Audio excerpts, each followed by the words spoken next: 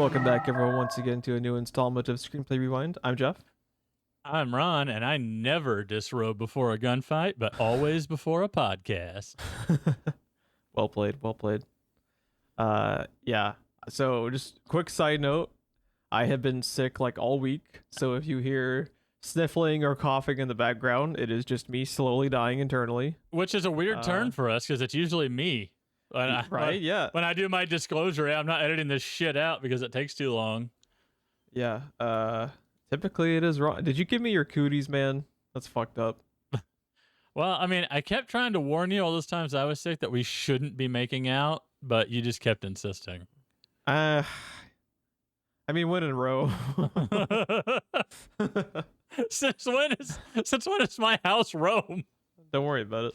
I mean, I do eat till I throw up, and I think my son does too. So, I mean, I guess so. That's fair.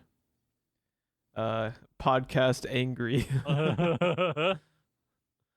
Oh man. So yeah, I'm probably gonna sound extra like scratchy as well. So if I just start randomly talking like Christian Bale Batman by the end of this, just I'm sorry. Your voice sounds fine. You just sound like you've been up all night.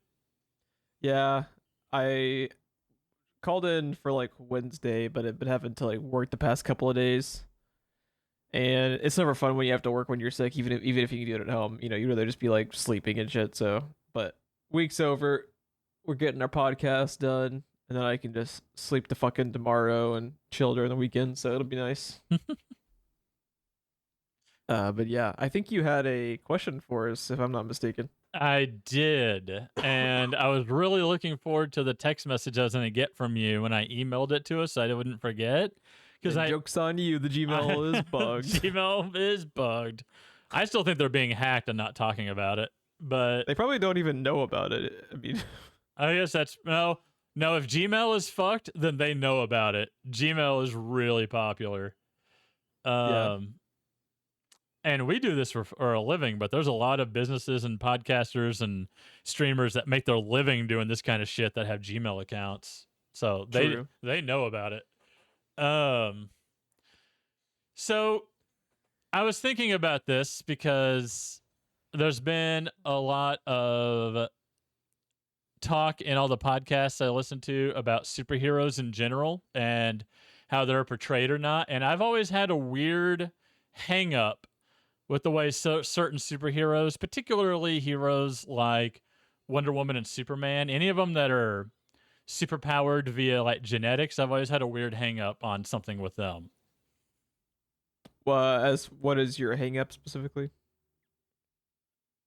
Do you prefer when you see them animated or drawn in like a comic or animated in like a movie or a series? People that are superpowered, right? Like Superman gets his power from genetics and a suntan, right? I've always found it weird when he's portrayed with like a 24-pack abs and his shoulders and his chest are like 8 feet wide. Because people that are just naturally strong look kind of doughy. And like, maybe it's because I grew up with the Fleischer cartoons and like George Reeves and Christopher Reeves. Like, while certainly not like doughy, they weren't fucking Hulk Hogan. Yeah, I think it was actually the comics that created that whole thing. I think it was like the comics in the 80s and 90s where it became a trend for like all of the characters to be just like fucking Greek ripped. gods, right? Because have you ever seen any of the Todd McFarlane Spider-Man covers?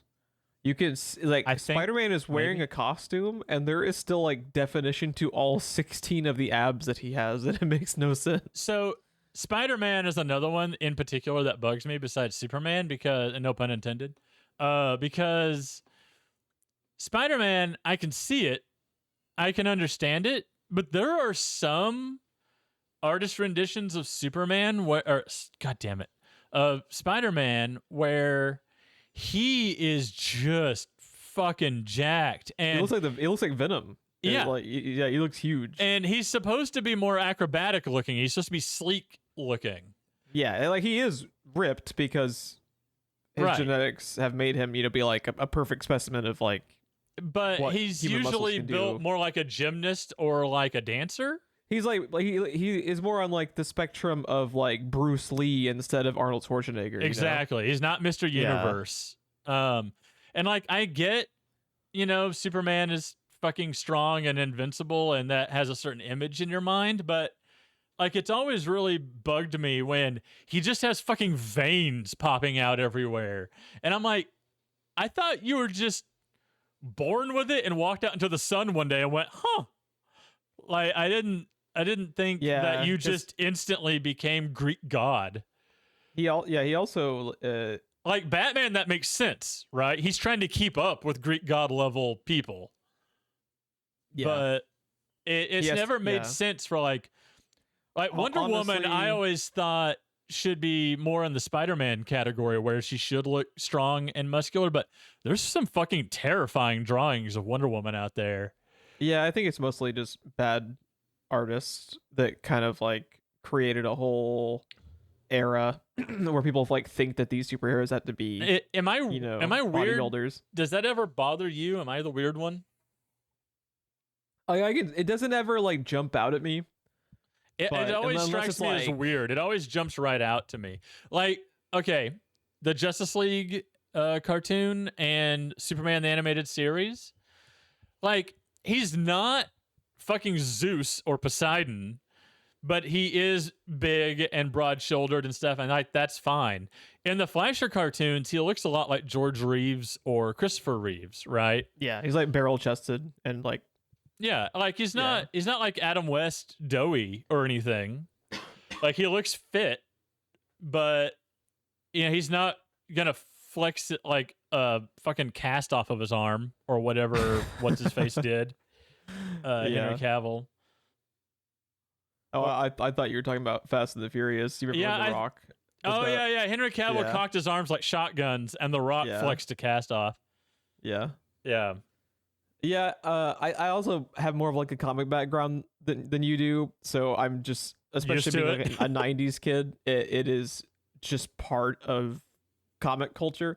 They've gotten a little bit better about it, like over the last like 10 years or so. If you look at some comics, they have kind of shifted back to where they look more on like the Bruce Lee spectrum, where they're like the pinnacle of what a human can be as far as like athletically gifted, instead of just like you're a fucking unnaturally steroided out bodybuilder like you were talking about, like more like traditional Spider-Man versus instead of like a huge Venom style. But I definitely can see it, and especially with Superman, it doesn't really make any sense unless like their thinking is him being so close to the sun is boosting his muscles like organically.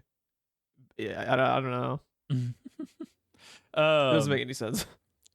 Then the weird one that it's never really bothered me with is like Wolverine, because I know everybody hates this movie, but one of my favorite moments it's the only time I've ever seen this acknowledged. One of my favorite moments in X-Men Origins Wolverines is when he sits on the motorcycle and crushes the suspension. Oh, yeah, because of the adamantium. Because the adamantium on his skeleton and stuff, he's so fucking heavy. Yeah. Like, for that guy to move the way he does, it makes sense that he would be jacked all the time, even if it's not genetic. Yeah. He's basically, like, always walking around, like, in the hyperbolic time chamber. Exactly. Like, gravity. Exactly. I was going to say, he's like a Saiyan that's used to 10 times Earth's gravity, right? Yeah. That makes sense. So that one, it's never really bothered me, but I always found it funny with like magic characters like Black Adam and Shazam. I'm like, why are you ripped? You could look like me and be as strong as you are. Your power is based in magic. Yeah, it's just like it just became kind of the cookie cutter superhero must be Dwayne The Rock Johnson in size. Yeah, superhero must look like they spend 6 hours in the gym every single day, regardless of their power set. Yeah, it doesn't make any goddamn sense. It just always jumps out. The one I see it, I keep going back to Superman because that's the one I see it the most with. I feel like it gets the most ridiculous. Like I feel like the guy has like a 30-pack set of abs. They have a lot of stuff. They have toned it down in the comics over the last like decade or so. They've toned it down. If you look up like Batman covers from the Tom King era, he looks like Batman, but he doesn't look like a bodybuilder. Superman also is still like bigger than Batman, but he doesn't look insane. It doesn't look like a caricature of the character instead of the actual like presentation of what the character should look like. Actually, Batman was bigger. That's why they gave him the shorter ears when he's next to Superman, so he doesn't look like he towers over Superman. Wasn't that because of like Affleck being? That was Affleck being bigger than Henry Cavill. Yeah. He's like significantly bigger than Henry Cavill, which is crazy. But Superman is supposed to be the bigger one, like by slightly. So they had to give him the shorter ears so he didn't just loom over Henry Cavill. Yeah. Yeah. Anyways, you gotta give Affleck credit. Like he fucking bulked up for that role. I mean, it sucks all the movies were trash, but he fucking worked his ass off to get in shape for it. Because like in BVS, like he was fucking massive for that shit. I have my problems with Affleck. But I still don't think he's the problem I have with that Batman. I still think it's the way he's written and the way that they direct him. We will refrain from getting on a 5-hour tangent about all the things that BVS does wrong because, like, spoiler alert, it does everything wrong. Everything that possibly could go wrong. I don't know. He's the Punisher. He's the Punisher. He's not Batman. I don't know. The more I think about that movie, the more I like it. I mean, I like Jolly Ranchers. I too store my piss in jars. And, declare them as a threat before a political assassination attempt. My mom's name is also Martha. No shit, dude. My mom's name is Martha. That's fucking crazy. Wow, that's fucking crazy. We're friends now, right? Yeah, absolutely. We gotta be. It's unwritten rule, man. Yeah, let's go like team up. Let's go meet a chick and beat the shit out of a god. Let's go kill that guy that was spoiled in the trailer. Let's go. I think, but I get it. I think I'm just honestly desensitized because I've read so many fucking comics of the main character. Are you desensitized, or the fact that you've been sick? You kind of sound like, God, I'm just sick of your shit, Ron. No, I'm sick of your shit even when I'm not sick, Ron. Let's be honest. No, I just I do think it's funny. I am to your point though. I'm glad they've been toning it down over time because it honestly it was probably Todd McFarlane's fault because Todd McFarlane's like art style just fucking like took over comics in the 90s to where every single character had to look like his Venoms because Todd McFarlane just had very, very striking and strange art styles, I don't know. It's just funny to me because there's a part where it's like, how do you not know that Clark Kent is Superman at a certain point? Yeah, yeah. Like, how does he find any clothes his size, and how does he just not ripping the back of every shirt between his shoulder blades every time he like opens a drawer at his desk? Like, also, like, how does Lois not realize before she picks up on his identity? Like, I never see you in the gym. You'd have to be in the gym 12 hours a day and eating just like 12 entire chickens a day, like to look like that. He eventually just seems like, as Clark Kent, he would look like Mr. Incredible at the insurance office trying to type on the computer. Like, oh my goodness, yeah, it makes no fucking sense. Yeah, it's strange. Speaking of, I introduced the kids to The Incredibles the other day. What'd they think? Did they like it? Chris had apparently showed it to them when they were younger, and occasionally Nathan would say, I remember like this part. But yeah, they were into it. They've been into superheroes, and they were kind of driving me nuts one day. And I was like, here's a thing you haven't seen. So I turned it on, and I remember not really caring much for that movie at all. Like, I saw it one time when it first came out, and I don't know. It was okay. It's still not the greatest, but I kind of liked it. Like, I thought it was okay. I like it quite a bit. I remember not caring for any of the characters last time, but this time, it's funny. So I like Elastigirl, but I realized something during the movie, and I think I know why I like Elastigirl. That movie has the same story as Uncharted 4. Yeah, pretty much. And Elastigirl is it Elena? Is that her name? Yeah. She's in the exact position as Elena. Yeah, pretty much. And I was like, I like Elena, and I like Uncharted 4, except for the brother parts. Yeah, the brother parts are not the best. But overall, I like the story of that game. And as I was watching it, I was like, this is better than I remember. And I was like, oh, this is Uncharted 4 when we get to the part where she finds out. Because I remember that scene just like devastating me when I played Uncharted 4. Right. Yeah. I think honestly, The Incredibles also just works better when you're a little bit older, because you can kind of get more into the mindset of Mr. Incredible. That movie, I almost said game. That movie, it's fucking dark in places, man. Oh yeah. Like, there's a guy that he saves that was straight up trying to commit suicide, and then he sues him for ruining his suicide. And then they don't show it. There's no way that, what is it, Syndrome or whatever, does not go into that jet engine. And also, that Supergirl knockoff that went into the jet plane engine because of her cape. Like, my God. Yeah, it's kind of crazy. I also I like the almost like Watchmen-esque way that they are impacting laws, you know? Because that's kind of just like not touched on, especially in like DC stuff, you know, like they touch on it eventually in Marvel with like the Civil War stuff and the Sokovia Accords. Well, like that was specifically for like the MCU, but they had like similar Registration Act type things happening in the comics, and it took even Marvel, which has always been like more realistic with their overarching plot lines, like forever to do that. Like and DC just kind of like doesn't ever touch on it. Like it's like you literally have to like be reading Watchmen, like this weird kind of Elseworlds take on some of the characters in DC to get those types of storylines usually. So I like the overall story of The Incredibles and the realistic implications of them being superheroes is cool. Samuel L. Jackson is a national treasure. Where's my super suit woman? Yeah, so that's the thing. Chris never realized that was him. Really? How do you not tell it's him? It's Samuel. Like his voice is so unmistakable. She happened to just be walk in the door from work a few moments before that scene you just mentioned.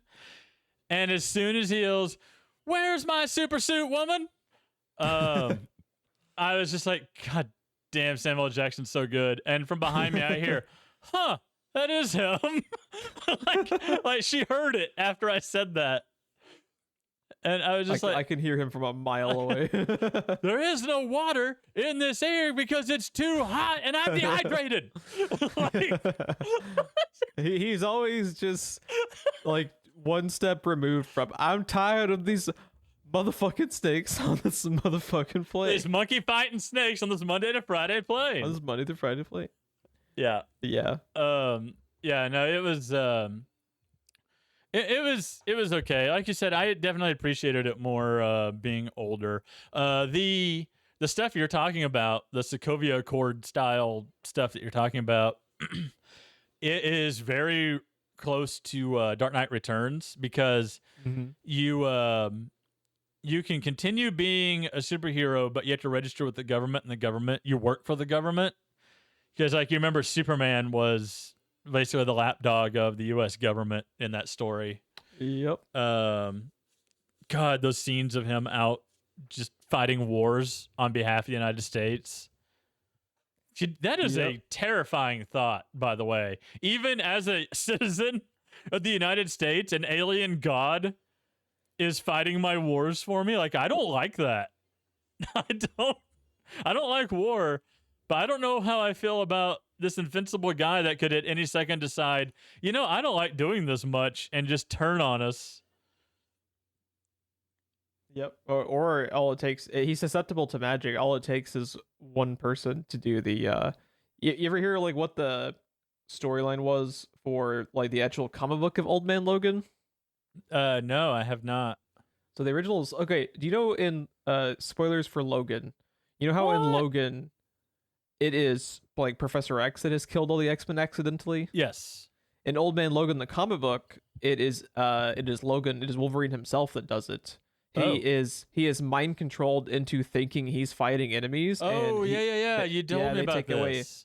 Yeah, they take away his what he's like been hallucinating, and he's seen that he's basically just like slaughtered all of the X-Men, except for like a handful.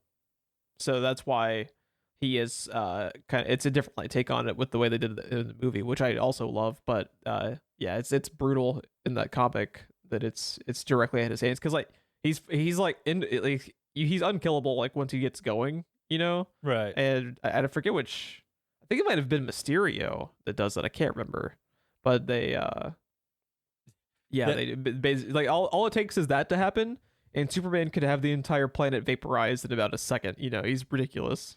If I recall correctly, in Justice League Doom, isn't that Batman's plan for Wonder Woman? Isn't she just fighting till her heart gives out? Oh, I can't remember. It's been so long since I've seen it. Everyone she looks at is Cheetah, and she's just constantly fighting Cheetah, but it's just like random citizens that she's like punching into the past. Like, yeah. And then like I forget which of the Justice League shows up first, and she starts fighting them. But like everyone she looks at is Cheetah, and no matter what they say, it's like Cheetah taunting her, and like she's getting to the part that like point that her heart's about to give out. If everyone I looked at looked like Cheetah from that god awful Wonder Woman sequel, I would also want to murder everybody inside. So I think it's a great contingency plan, to be honest. Oh, no kidding. Speaking of murder, Jeff, we watched a movie that had a lot of murder. Wait, we were supposed to watch a movie for this? I wasn't told about this. I don't know. I just tend to watch a movie from time to time and then show up. I don't know what we do on this show. I don't think anybody does. I mean, they put us on Stitcher for like 6 months, and they shut down the platform. It's like the only way that was the ultimate. I've been trying to get us on Stitcher since 2022, 2021, whenever we started this fucking thing, and now they're shutting down Stitcher. We finally got on there, and now they're shutting it down. I mean, to be fair, like we triggered their contingency plan. They're like Batman. They're like, the only way we could take him out, we just got to shut down the whole platform. And they never emailed us. Nope. Maybe they did. Maybe the Gmail's just fucked. Maybe, but like you think that'd be something you would tell people. Instead, I logged in to see if, like, doing a follower account on all the various platforms, and I just see a banner that, by the way, not only was it super small on the top of the screen, it slowly faded away over like the course of 10 seconds. Was Stitcher Thanos snapped? Oh fuck. Yeah, it was Spotify ridiculous. Next. So yeah, I guess before we jump into the movie, I always forget that Spotify allows you to give ratings but not reviews on the app on mobile devices. And I saw that in addition to the 1 5-star rating that we have on iTunes, we actually have 2 5-star ratings on Spotify.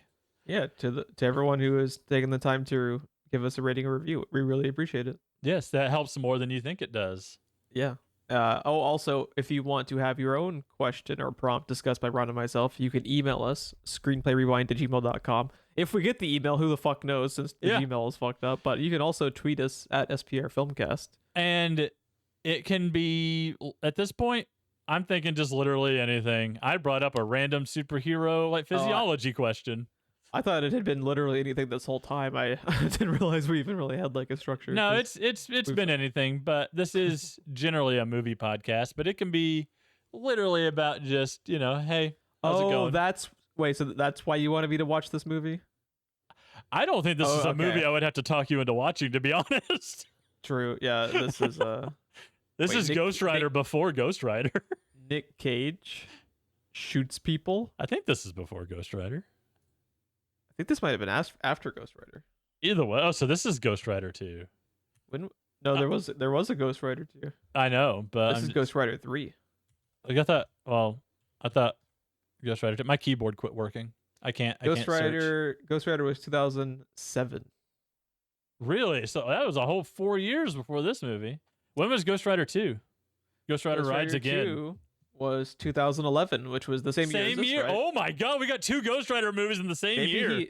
Maybe he filmed them back to back. That'd be pretty lit. What is the I hate to say the other Ghost Rider because that sounds so dismissive, but what is the Ghost Rider with the car that was on Agents of Shield? Robbie Reyes is Robbie Reyes, I think is his name. Okay, see, I can never tell if I'm getting. I always want to say Robbie Reyes, but I can never remember if I'm mixing his name up with Miguel, whatever his name is from Spider-Man 2099. Oh yeah. I always it's Robbie Reyes. I always feel like I'm meshing the two of them. Okay, so he's Johnny Blaze in the same year that he's Robbie Reyes. It's amazing. Oh no, yeah. With sorry, you threw me for a loop for a second. I was like doing all the Ghost Rider math in my brain because I've been sick for like 4 straight days and just like dying. You like that meme with all the math slowly fading out on the screen? Dude, you're not like every basic sentence has me going like, huh? I mean, am I wrong? He starts out with the Charger and then the Chevelle. Yeah. Yeah. Yeah. Spoilers for Drive Angry. And I know you'd alluded to it a little bit at the end of the last episode, but I know obviously we've been in the Nick Cage mindset, even though we were kind of always in the Nick Cage mindset, but with us having specifically covered The Unbearable Weight of Massive Talent, what was it about specifically this one that made you pick it to throw it on the show? I just basically threw it on in the background one day because it had been a long time since I had watched it, and I was looking for something to throw on the TV while I was probably playing Subnautica. I don't know. And as you tend to do. As I tend to do. And I threw it on and I was just like, God damn, I forgot what fun this movie is. And I think last time I talked about how great David Fincher was in this movie. I don't know who the fuck David Fincher is, but William Fichtner is great. Yeah, I think it's Fichtner, like with the K sound. I mean, at this point, I've already butchered his name enough. Yeah, you got his first name right this time, so you're improving. Eventually, you'll have it fully right. Look at his name and tell me you know immediately without thinking about it, you know how to pronounce that. I mean, I'm just a movie nerd. So. Fichtner? Fichtner. It sounds like a fucking like general for the SS, dude. William Fichtner. Yavo, Lord Helmet. Surrounded by assholes.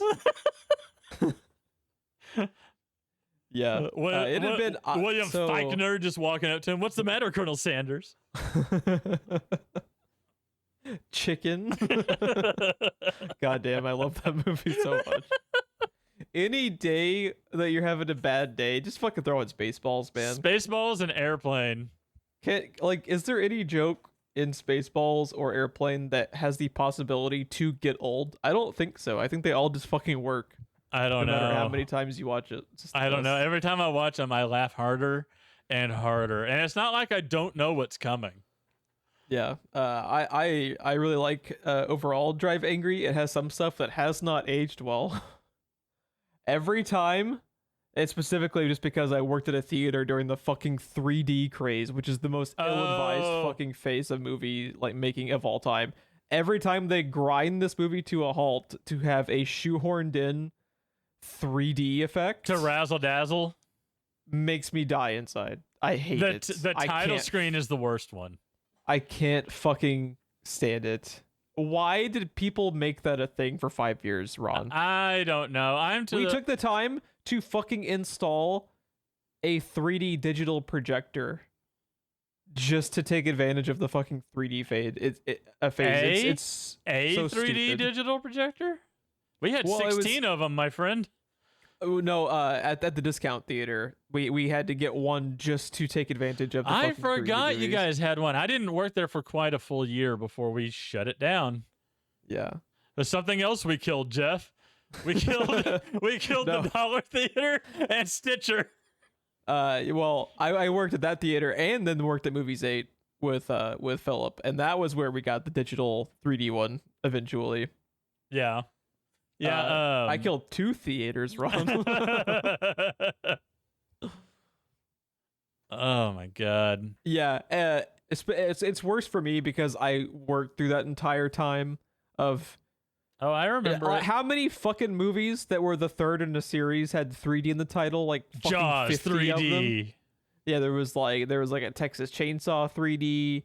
This was specifically in 3D. There was like a shark movie in 3D. Like Jaws anything you can fucking think of, Now, man. That I was used time. to working in IMAX for 9 years, but I still have an issue with 3D because, especially IMAX 3D now, I have a real bone to pick because I worked with a $1.3 million Back in my day. $1.3 million IMAX 3D SR projection system.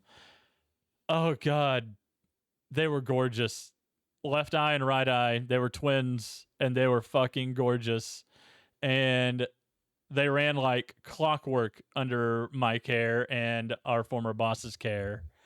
And they were fucking amazing. And everything that IMAX had was filmed in that amazing IMAX 3D camera. There's that had a left eye and a right eye, separated the same distance as the average human's eyes in their head, and everything fucking looked fantastic. And then the digital era started. And goddamn Dick Gelfond, whatever, head of IMAX, literally insults every IMAX film projectionist and owner he has under him when he starts talking about how our systems are dinosaurs and we're going to go the way of dinosaurs and just all this shit talking about how he's going to get rid of all of us and our projection systems too. And it's so stupid. Just going on and on and on. And now it's digital, just like everything else. And they'll film something in 2D and do the digital conversion because it is literally good enough. Oh, it's like, hey, do you want to be able to not see anything that's happening? Oh, and also the screen is going to be at 50% brightness because of this nonsense. Like, do you know what it reminded me of? I'm pretty sure I said this at some point during the era too. It felt like, when there's a band that was really, really popular in the 70s or 80s that you see is playing at your local state fair tomorrow? Yeah. That's kind of what it felt like, right? When movie theaters started jumping on this 3D craze and Hollywood was all about converting everything to 3D. It worked with a lot of animated stuff because you can animate that in, but converting live action, it just doesn't work. Terrible. It also bled into the home market. Remember, like, not 3D for very TVs? long. Yeah, not for very long. But like they tried their fucking damnedest to make 3D like the new permanent thing. I'm so fucking thankful that people wised up and quit fucking paying for this shit because it's shit. It's so terrible. To this day, every once in a while, my father-in-law would just be like, "Please watch a 3D movie with me, please, please. This is just expensive. Please, here's the glasses." Oh my god! I want to go over there like with the fucking baseball bat from Office Space. Just go to fucking town and every 3D TV I see. I hate that shit. I hate it so much. I hate it so much. So like, it was a precious thing to me in IMAX just because those documentaries. Oh yeah, because it was legit. Well, a totally different thing. Like it wasn't that fucking shoehorned in bullshit 3D that happened over the span of like what was it like 2008 till like 2013, that kind of era like right then. Yeah, where it was just like all over the place. Well, the main thing that kills it is your brain, because in IMAX the whole point is that the wall in front of you is the screen. The entire wall. There's no masking. So your brain has nothing to test against. It has nothing else to look at. So it just sees the 3D illusion as 3D. So you get the Polar Express. You get Beowulf. You get any James Cameron Titanic documentary. James Cameron. Yeah, like you get all of that shit where in Polar Express, it was snowing in the theater with you, right? Yeah. But in a regular theater, you have a masking. That's what the curtain is around the screen. It's called the masking. And that is not part of the image. So if it's an image that tries to come out of the screen towards you, it stops at the masking because your brain can look at the masking and say, oh, that's a real thing. This image is not, and the illusion falls apart. That's why you'll notice, what is that god awful Journey to the Center of the Earth thing? There's like a Will Ferrell one and a Brendan Fraser one. Yeah, I think that's what. I think that's what it is. There's two different ones. One was similar. One was exactly. I think the Brendan Fraser one was Journey to the Center of the Earth, and then I think Will Ferrell had one also like it. You'll notice their 3D goes into the screen. The image gets further away from you. They add depth because that's the only way they can compete against the masking. Because they know most theaters have a masking around their screen, and that works because it's like you're looking through a window, but it still looks like shit. Yeah. I hate it. So when Drive Angry like has just straight up action sequences, it's awesome. And then every time they have that thing like bullets getting shot at the screen, and it just takes me right out of the fucking movie. And it takes me back to that time period, and it just makes me sad. This is like every fucking movie that had that shit should have been required to have multiple cuts of like a traditional one that will work for non-3D bullshit. Because I don't want to see that shit that is blatantly not for this format, and it just takes me out of the movie. So for me, it's stuff like the title screen and when Billy Burke explodes. But outside of that, I didn't really notice it. It doesn't really bother me. In the third act, there's a lot of bullets that get shot at the screen. I guess I've seen obnoxious. that gimmick enough at this point that I just kind of I don't see it. And like William Fichtner like tossing the coin just to have a 3D effect. It's like I like the. I didn't even think about the coin because the coin anything, is specifically thrown the way it is to have a 3D scene. Well, in everything, even before 3D and even in cartoons, that's the angle everyone shows a coin flip at. So I didn't even think about the coin. I'm just extra sensitive to it because I worked theater during that time and I fucking hate it. So I watch a lot of Two-Face, Jeff. The action sequences when they're just an action movie are great, and then when they have that shit, it's just like, ugh, I fucking hate it. Yeah. You want to run through the cast and crew? First, I want to read to you the only description I've ever seen boil down a movie the way this one does. Okay. The description on IMDb. Hang on. I don't excuse me. My allergies the last few days. All right. A vengeful father escapes from hell and chases after the men who killed his daughter and kidnapped his granddaughter. Period. Also, that is a spoiler because it's not blatantly talked about him being like an escapee from hell until like 2/3 the way through the fucking movie. I mean, they do show him driving out of hell at the beginning. I don't think they do. They do. Doesn't it just open up with him being in the like the chase from the two guys that he shoots in the leg and stuff? It opens with him on that bridge in hell driving a car like out, doesn't it? I can't. I mean, we've had to delay this episode a few days, so we both haven't watched the movie for a few days. I'm pretty sure you can. I will pull up the movie if you wanted to. Okay. Vamp a little bit and just fact check, because I thought it just opened up with him going after the two cult member dudes. I thought it showed him driving out of hell without explaining what you're looking at. I will pull it up and verify. The director of the movie, Patrick Lussier, I'm going to assume. Oh God. If this is it was he no he was editor. Okay, he's done a lot of editing, which to your point about the 3D stuff, he should know better.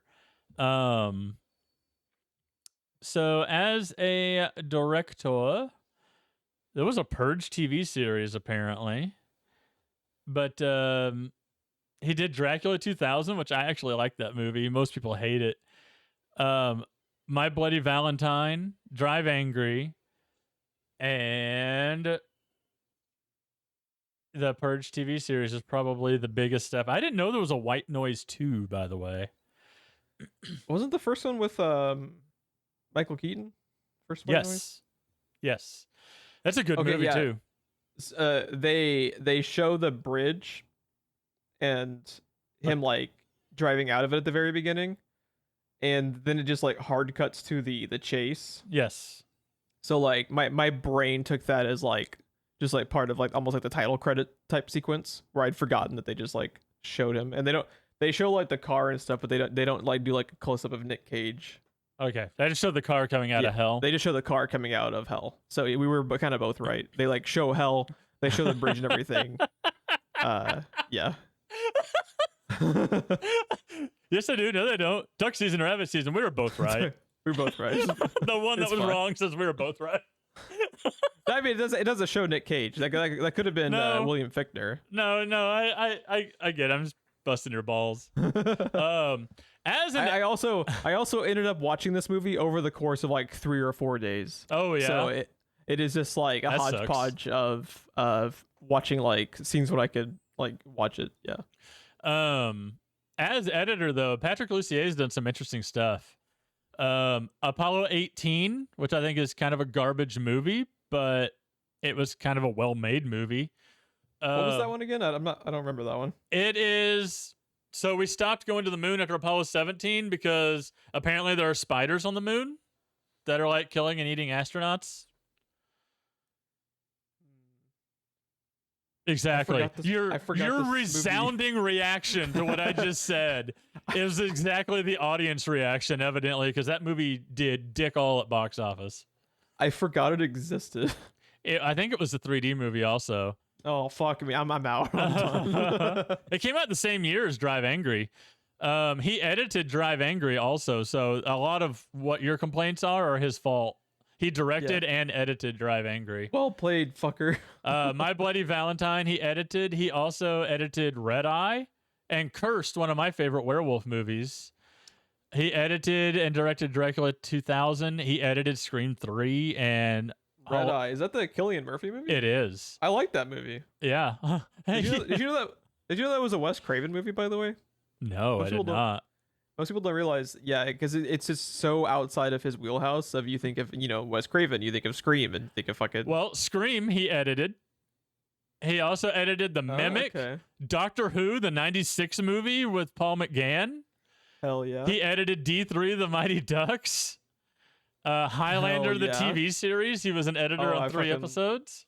I fucking love the Highlander TV show. And 16 episodes of MacGyver, he was the editor for. That's an interesting career. Dude, you gotta give him that, he's got a very long story career as an editor, and he's got some okay stuff as director. So yeah, he's got a very interesting career despite of what you think of his work, Did you ever watch any of the Dracula movies that he made? Dracula 2000 I actually like. You like? I think I saw that. Haven't seen it in so long I don't really remember my opinions on it, but I remember that being a thing. I'm sure if I watched it now, I'd have a lot more problems than I did now. I was like, yeah, he ate his face off. Hell yeah. Which I don't even think that's the same movie. I think that's the sequel. Probably. When he wakes up and he forms the big monstrous mouth and he literally just takes the guy's face off in one bite.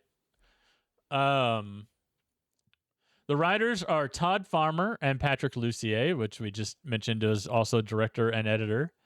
Which, by the way, did you realize, I didn't know this until putzing around on IMDb earlier. Did you know Todd Farmer, that co-writer, actually is in the movie? Yeah, he's her boyfriend. He's her, like, shitty, abusive boyfriend. And he has one of my favorite deaths. Yeah. I was just about to point that out. Just real quick. How is he not killed by the AC unit landing on his head? Because I'm pretty sure that would cave in your fucking skull. It drops like 4 feet to his head. Like that's an AC unit hits him in the head. Yeah, when he gets punched by Nick Cage and he's beneath the window, and then they show the AC unit. The window unit. Yeah, the window unit falling onto hospital. His. They show the window unit like falling onto his head. And he only has bruises from being punched by Nick Cage. I'm like, he'd be fucking dead. Those things are heavy as fuck. Yeah, yeah, they're pretty beefy. Yeah, you'd definitely be in the hospital for sure at minimum. But they just cut to him like it's like they forgot they had that scene because they cut to him like on the phone with the cops and with just like, a little piece of tape on his nose.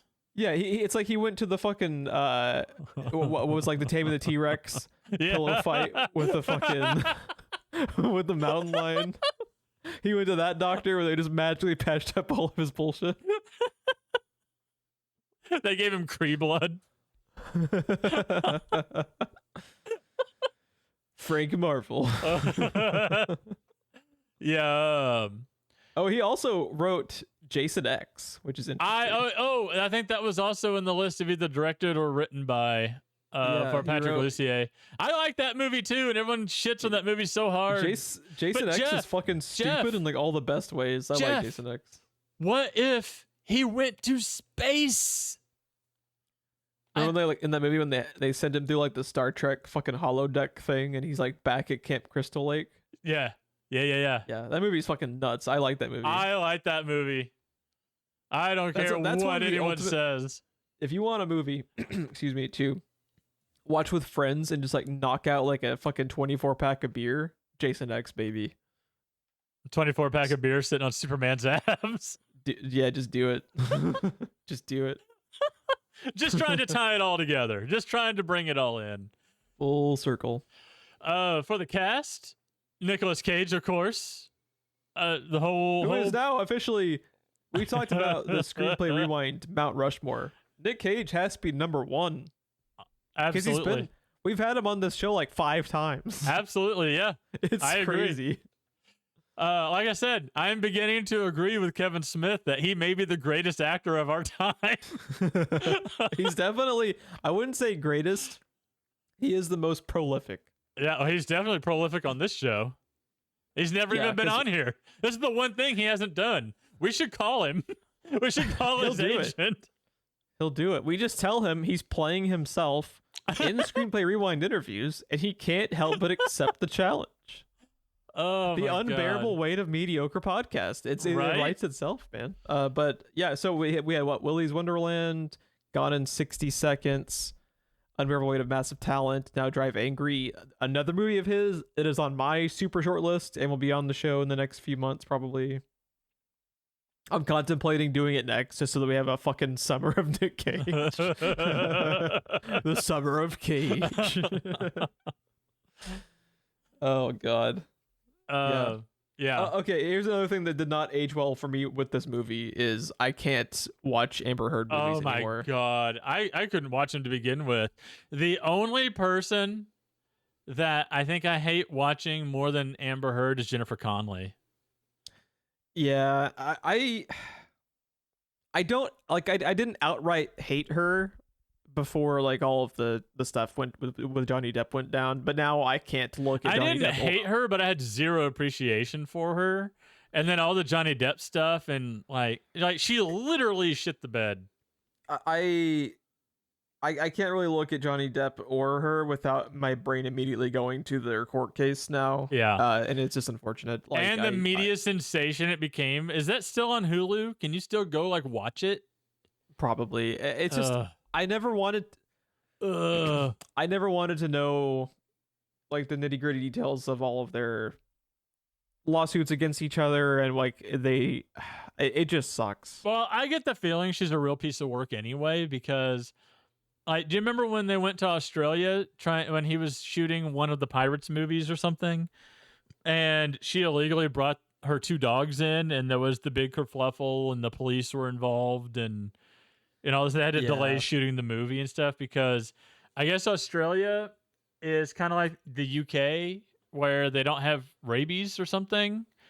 So none of the dogs there have rabies shots, or maybe it's not rabies, maybe it's something else. I know in the UK they don't have rabies, so you have to document your dogs pretty damn well before you can bring them into the country because no dog in the UK has a rabies shot. There's something about dogs in Australia like that. It's just unfortunate because I can no longer look at her or Johnny Depp in a movie and not think about that at all times in the back of my mind, and it just makes me sad that I can't like disassociate from what I know about them as people. It's literally It's literally my main issue with Pirates of the Caribbean, right? That first movie. He's such a caricature of himself, and as that character, I can kind of like take what I know about him as a person out of my mind. So it's easier for him because he is typically just like playing these like crazy ass characters, you know? Yeah. It still is tough, but I feel Amber they've Heard gotten is more basically just samey all- as he's gotten older, though. well, he got shoehorned into just playing, hey, Tim Burton's making a movie. Let's throw some white makeup on Johnny, have him do a weird voice, and that's the movie. Put some scissors on his hand. That was back when the movies were decent, and then it just turned into like, oh god, like Dark Shadows and all that nonsense. That period of time. I never watched it. Willy Wonka. This Willy Wonka movie makes me want to fucking jump off a bridge. See, I don't have as big a problem with that movie as everyone else does because it's the only one of those movies I've ever seen. Of Willy Wonka? Yeah. Oh, that's tragic. I fucking the original Gene Wilder movie is like one of my all-time favorite movies. I watched I've never it seen a lot when I was a little kid. Gene Wilder is phenomenal in that role. Well, He's it's Gene amazing. Wilder. How have you not seen Charlie and the Chocolate Factory or Willy Wonka and the Chocolate Factory, man? That's insane. I might have to pick that next just because it's Gene Wilder, man. Come on. Yeah, I don't know. I've just never had any interest in it. I watched it a lot as a little kid. It's one of my favorites. I don't know. When I watch the new one, Johnny Depp, oh shocker, in the Tim Burton movie is in white makeup doing a weird voice, and that's just the movie. What? So yeah, it's just really, it's like esoterically phoned in. I'm just like, go fuck yourself, Tim Burton and Johnny Depp. If Tim Burton had continued making Batman movies, who do you think Johnny Depp would have eventually played? We've already seen his Mad Hatter. I don't think that's it. He probably would have had him be the Joker. They probably would have just eventually like rebooted it and have him be like the Joker. Really, I figured that. Yeah. I figured he'd have been Riddler. I could see that too. That was my guess. Or he would have waited until Keaton left and just make him the new Batman because he was his boy. Wait, like, there's a universe out there where Tim Burton just never stopped making Batman movies. So we eventually would have gotten around to the Joker movie we have now with Joaquin Phoenix being Johnny Depp. Yeah, that totally would have happened. I can see it now. But yeah, Amber Heard is my biggest issue with this movie, just because it's Amber Heard. I can't stand her. I don't like. I don't even like specifically her. Every character time is she's on pretty- screen, I just want to roll my eyes and just Her character is like really cliche, but I don't like outright hate her character. I She's hate just a listening to cliche. her talk. Yeah, Her it's not her not good. accent in this movie is awful. Well, for the first half of the movie, she like doesn't have it, and then she like it's like someone gave her a note on the side saying, "Hey, you're supposed to have an accent because we're in like Oklahoma and Louisiana," and then she's like, "Oh shit, okay, I have an accent now. You're welcome." It's really inconsistent. Oh my god. Next on the roster, one of my absolute favorite things about this movie and one of my favorite character actors on the planet. William To me, Fichtner. to me, William Fichtner like is this movie. He's my favorite. I don't even like. I don't even like Nick Cage in this role as much as I like William Fichtner's character. William agree. Fichtner is just having like a ton of fun. His scenes are always really fun. He's funny while also being intimidating, which is always like a cool combination. He to seems have. like he is just genuinely enjoying himself making this movie also.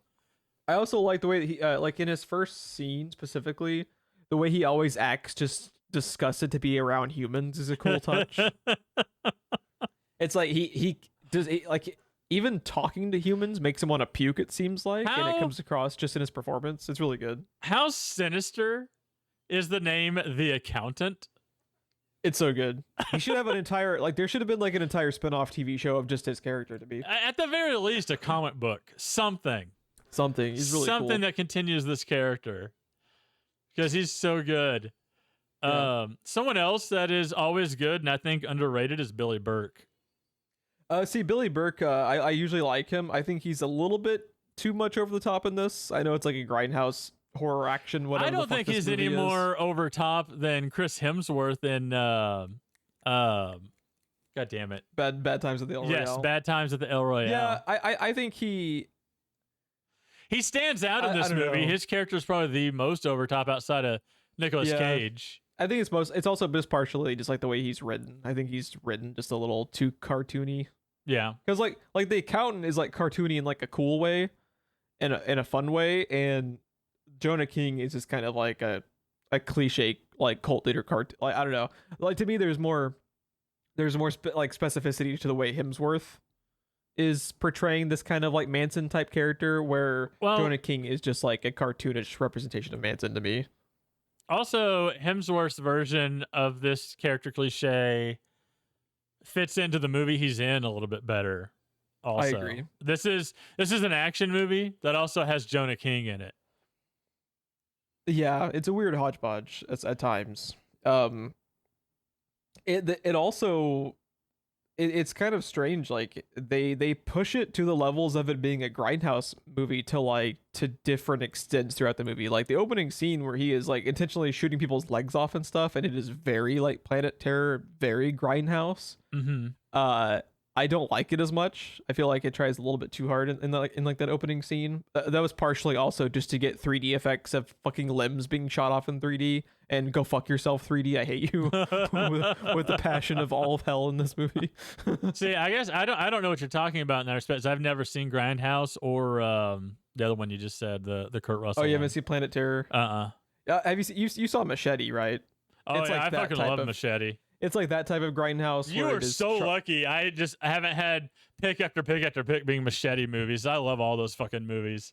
I fucking hated Machete so much. I fucking love them. I don't like part of it is just I don't like Robert Rodriguez that much. And when this movie like really plays it up being like a Robert Rodriguez grindhouse movie, I don't like it as much. I like it when it's William Fichtner. Well, when it's him and when it's also just an action movie. Like the chase sequence in the middle of this movie when he's like going after the RV is such a good like just action movie chase sequence, you know? It just flows and it's not trying too hard. There's something in its simplicity that kind of reminds me of when Indiana Jones gets the Ark and starts running people off the road in the truck. Yeah. Something about it. It's not exactly the same, and events happen differently in the movie, but there's something about the way that it's put together and in the way that it's filmed and in the way that it just plays out on screen. It's so simple compared to like, say, Gone in 60 Seconds, right? Like, yeah, it's almost like the way the Brendan Fraser Mummy movies were made. Yes. Yeah, it's very action adventure. It's not trying too hard. It just flows. It's in a weird way. It's kind of minimalistic, right? Yeah. It's minimalistic in a way that fits the movie. Yeah, and it just feels like so organic. Yeah. As a chase sequence, as an action movie, and there's no goddamn shaky cam or no cameras. 3D, there's very little 3D stuff. No cameras strapped to front bumpers or anything. Yeah, it's just it's like think of the opposite side of the spectrum to like a Michael Bay action scene. Yeah, yeah, like that's like the chase sequence in The Island, right? Yeah. Although my favorite Michael Bay chase scene may still be one of my favorites of all time, just because of Shia LaBeouf. Because when Bumblebee spits him out and goes into robot mode and catches him in midair and dodges some missiles or something, and then shoves him into his chest as he goes back into a car, and it just cuts to Shia LaBeouf just. Yeah, it's really great. It's also just like, you know, like another thing that makes me think of too. It's like when Michael Bay would just calm the fuck down, zoom out, and let me see what's happening. I can, like, the action in here when it gets to that point, when it flows really well, it's all shot really well. It's presented like where you can see everything happening, like John Wick versus like shaky cam. You know, You can always see what's happening in a John Wick action scene, and it makes it more engaging because you can actually see what the fuck's going on. And when it's actually just presented like where you can see everything, you forget you're watching a movie because it's not as like nonstop quick cuts. It's not as like stylized. And I like it better when it is just letting it breathe as an action movie versus like trying to be the next Grindhouse movie. There was one more name on the cast I want to mention before we just start diving into the movie. One of my other favorite character actors is a face that I can never tell you his name. I can never tell you a single movie or TV show he's been in. But as soon as he walks on screen, I always know David Morse. Yeah, David Morse is great. He's great in everything he's in, but I can't tell you what any of them are unless I look him up. I typically think of The Green Mile. I've never seen it.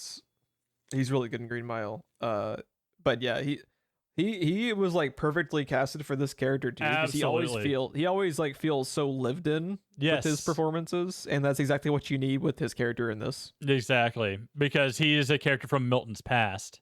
Yeah. But yeah, so and based on what you have told me about your feelings about this movie, I want to know what you know about two scenes, how you feel about two scenes in particular.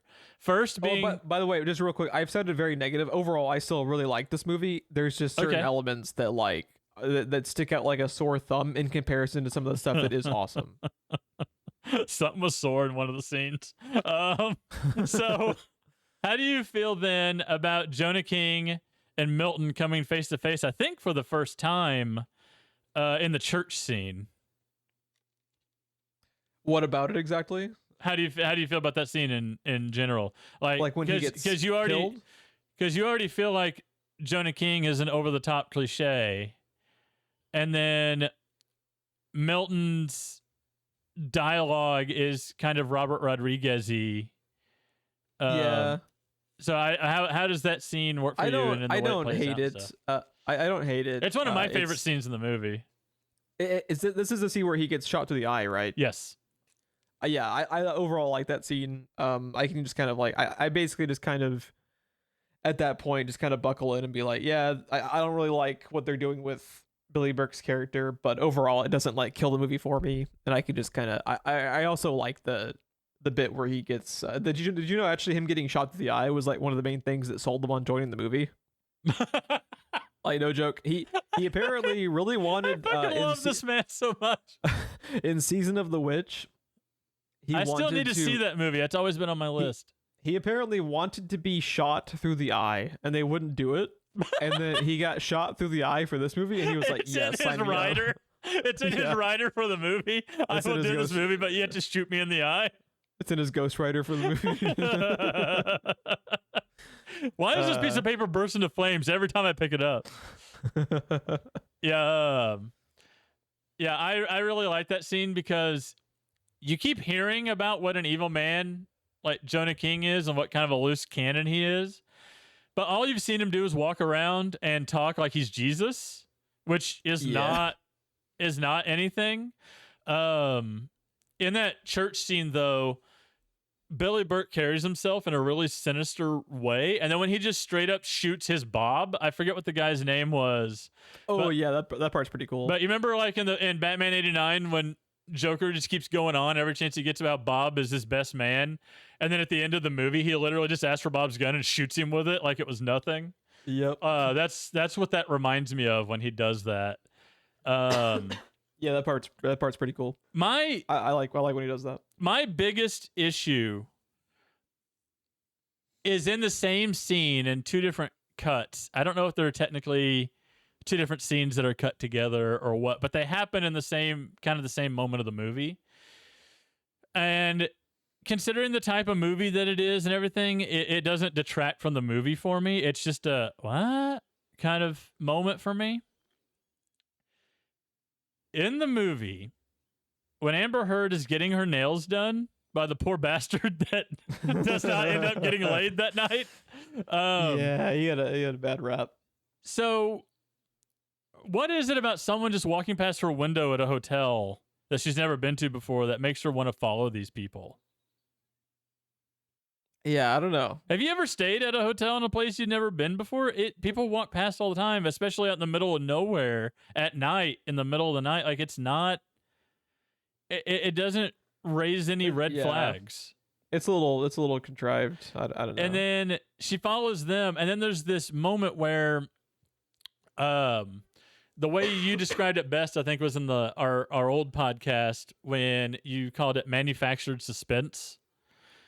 Why does Jonah King get the idea that someone else is in the room? For literally no reason. For no reason. And his then fucking spider sense is tingling for no reason. And then after that, when he leaves, he looks at the two beers on that table. What is so weird about two beers sitting at a table at a bar?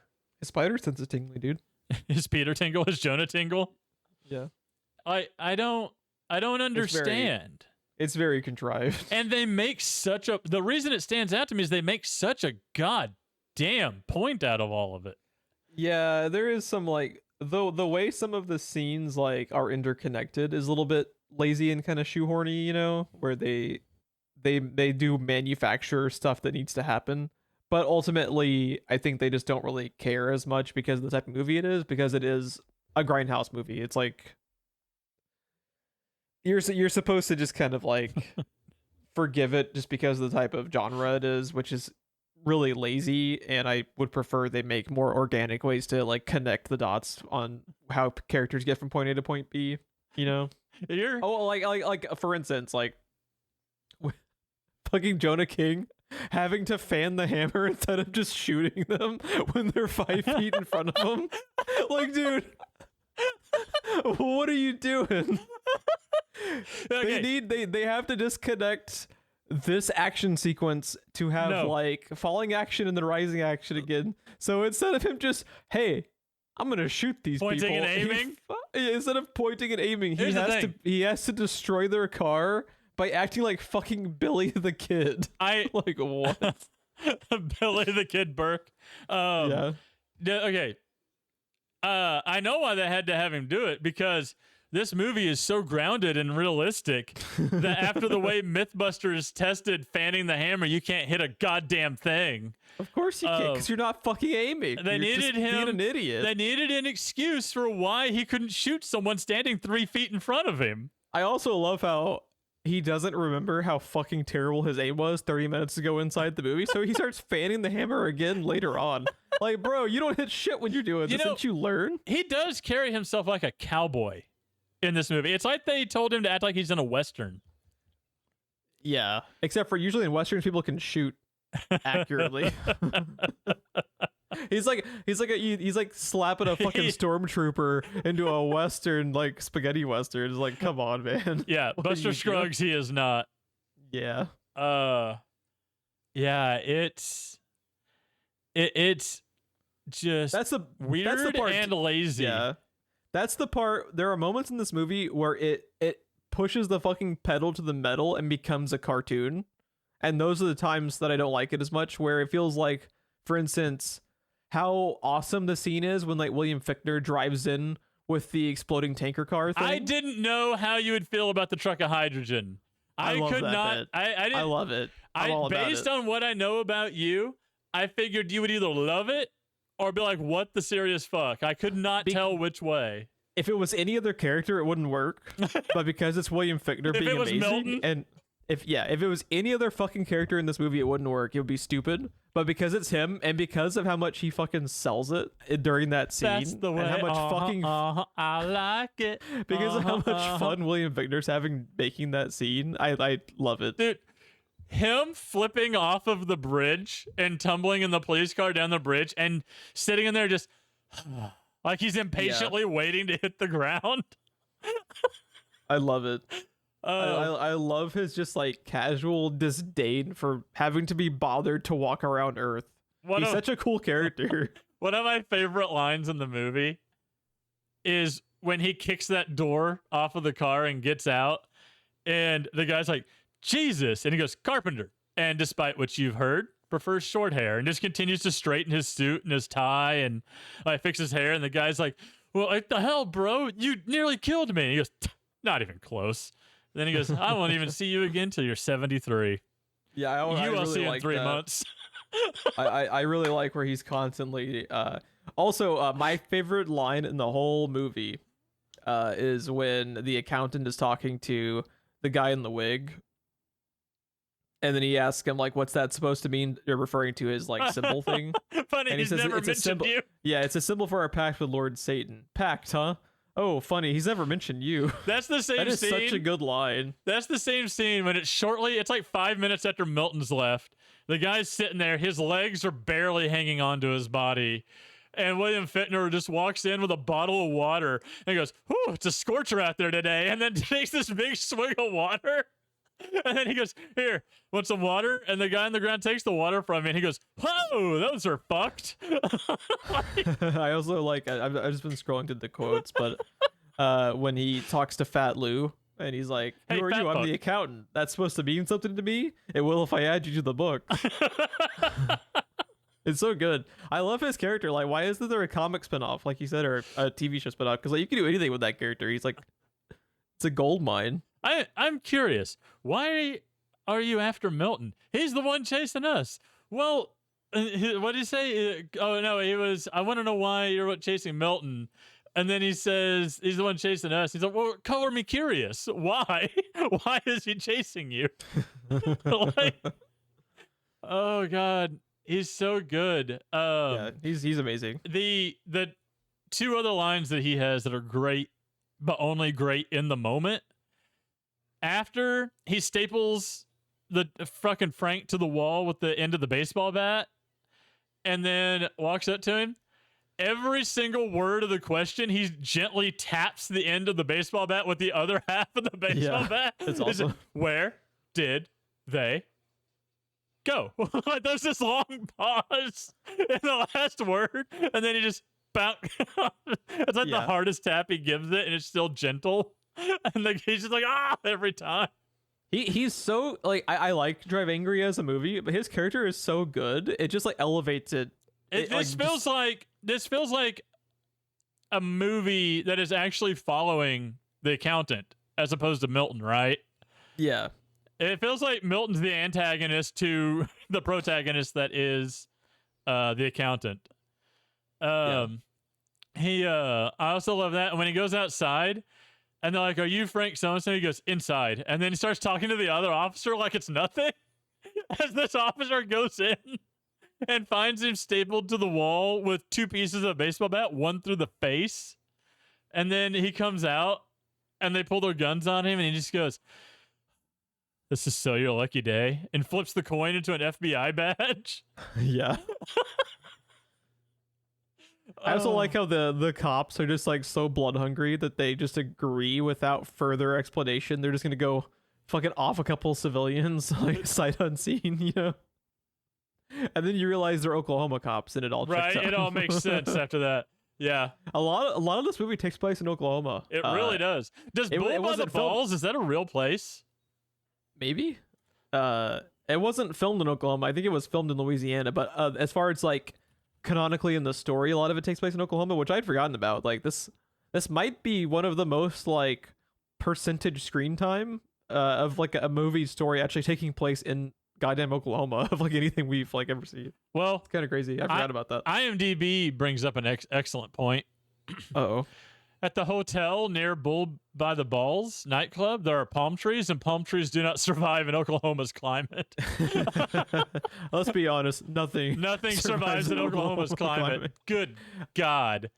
Was it like another scene that 2 just, days like, ago the heat index was 114? Like, fuck you. Just fuck you. It's the fucking worst. It needs to be nuked from orbit just to be sure. I feel like I have been nuked from orbit. We're slowly getting nuked from orbit day by day. From orbit. Fuck yes. Another scene that like pushes like the envelope too much into like goofy grindhouse territory is the like the action scene during the sex scene. Which is also dude, that was the second scene I wanted to ask you about. It is blatantly ripped off of Shoot 'Em Up as well. Shoot 'Em Up did the exact same fucking scene 2 years earlier or whatever. Yeah, you don't remember that? Dude, it's been so long since I've seen Shoot 'Em Up. You gotta watch, dude. Once you watch Shoot 'Em Up, you're gonna be irritated at this scene because it's copy paste, dude. I don't care. I fucking love it. I hate it because I was just like, man, they did that Shoot 'Em Up, man. Like, because like Clive Owen has a fucking sex scene with Monica Bellucci, I think. And as he's having sex with her, they have the action scene where he's like shooting everyone. It's like, bro, like they just did this, and it was dumb then. Oh man, I don't care. I love it.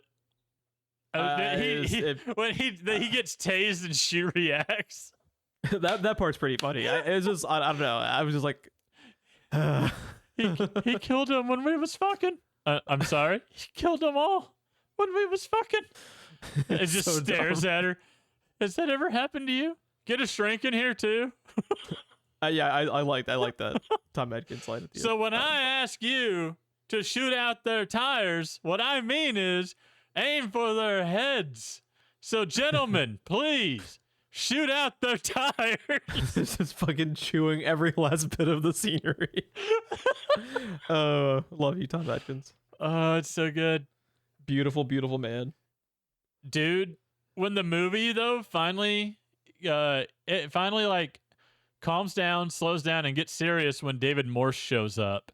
And everything about that scene is so great. When he's talking to Piper, when he's talking to Amber Heard about Milton's past and stuff.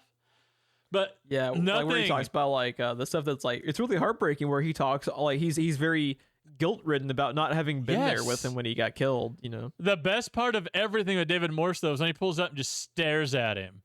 And then he goes, "You're dead." And she goes, "Yeah, we've been getting that a lot lately." He's like, "No, you don't understand, sweetheart. I carried his coffin." Yeah. like it's not a threat. Like he means literally he's supposed to be dead. Mm-hmm. And then when he's talking to her and he's so guilt-ridden about everything, and then he has that it's a real dick ass line like I would say to someone. He's like, "That fire make you homesick?"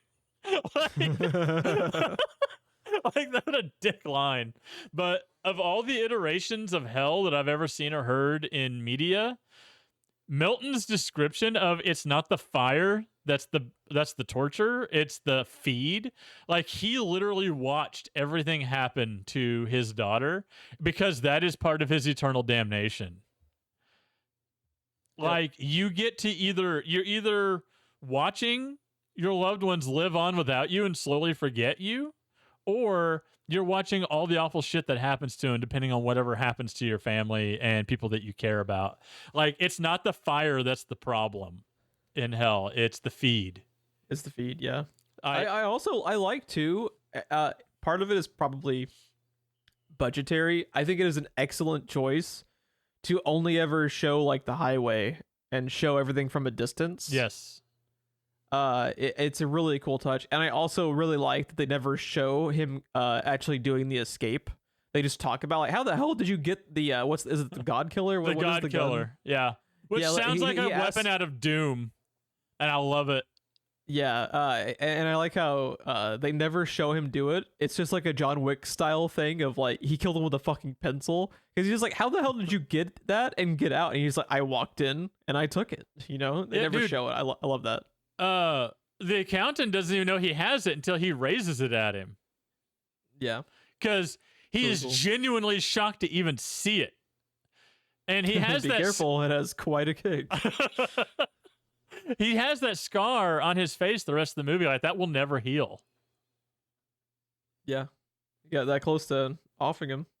Yeah. Also, how cool is it as just like an awesome end to a character is how they talk about, you know, if you get hit by that, there is no heaven, there is no hell, there is no nothing. That's the end for Jonah King. It's really cool because if he had been killed and like been sentenced to hell, you know, and gets to go see Satan and everything because he's the cult leader trying to bring on that fucking apocalypse, whatever their plan is, you know, that's almost like him getting his reward. He gets like justified in his like because he's his like whole religion basically is confirmed. But by him getting nothing, it's like a really, really awesome punishment for him. Yeah, because even if it's a monkey's paw wish for him, he still gets what he wants in a way. It just doesn't work out the way he wanted.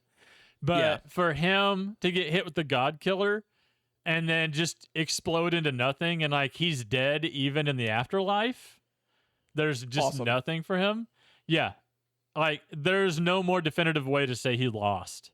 Yeah, it's like perfect like just desserts for him as a character. And I thought that was like a really, really like deft piece of writing for him as a character. You know, in a movie that has a lot of like cartoony stuff, a lot of great stuff. It's a bit of like a mixed bag, you know.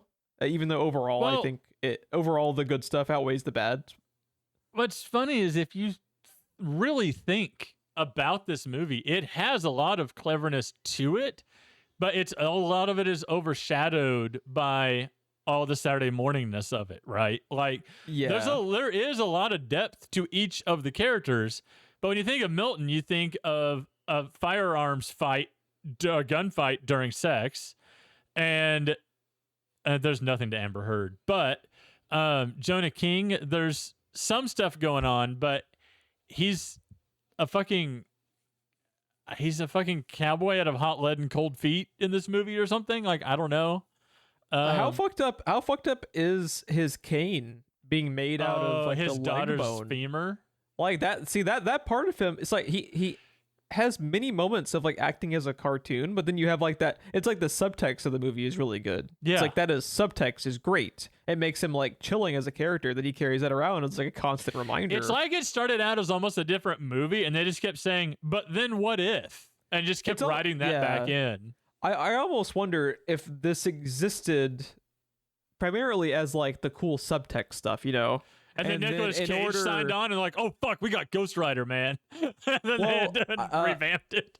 I think it even might have predated that. I think what might have happened is they had this like really cool script, and because of the era and Grindhouse being a thing, in order to get the movie made, the studios were like, hey, this is what's popular right now. Like maybe they had to like say like to these writers, like, we'll make your movie, but this needs to be cranked up to 11. Like, this needs to be crazy. This needs to be Grindhouse. And then they basically have to like make the movie work as that, because you know some of it is like juxtaposed like tone, because like all that tone you're talking about with like Robert Morse and him talking about his like tragic past and everything feels like really like grounded and lived in, and then that juxtaposed to like the sex scene thing is very cartoony. You know, like it's a bit of a weird mismatch to me. You think they just went and got a wish list from the studio? And they just went down the list. Or maybe it was all Nick Cage's idea. Who the fuck knows? Nick Cage was nuts in this time period. He fucking agreed to do the movie just because his character got his eye shot out. He's like, yes, that's it. That's the winner. I'm in. Fucking Nick Cage.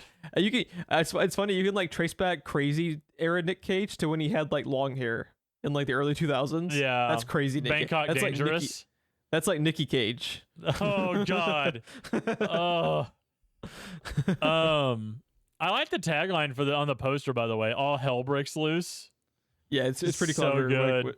good. Man, I'm just sad we didn't get more stuff with the accountant. I want that comic. I want that show. I want something. Like, give me something. It'd be weird now unless it was a comic, because he's aged so much since then.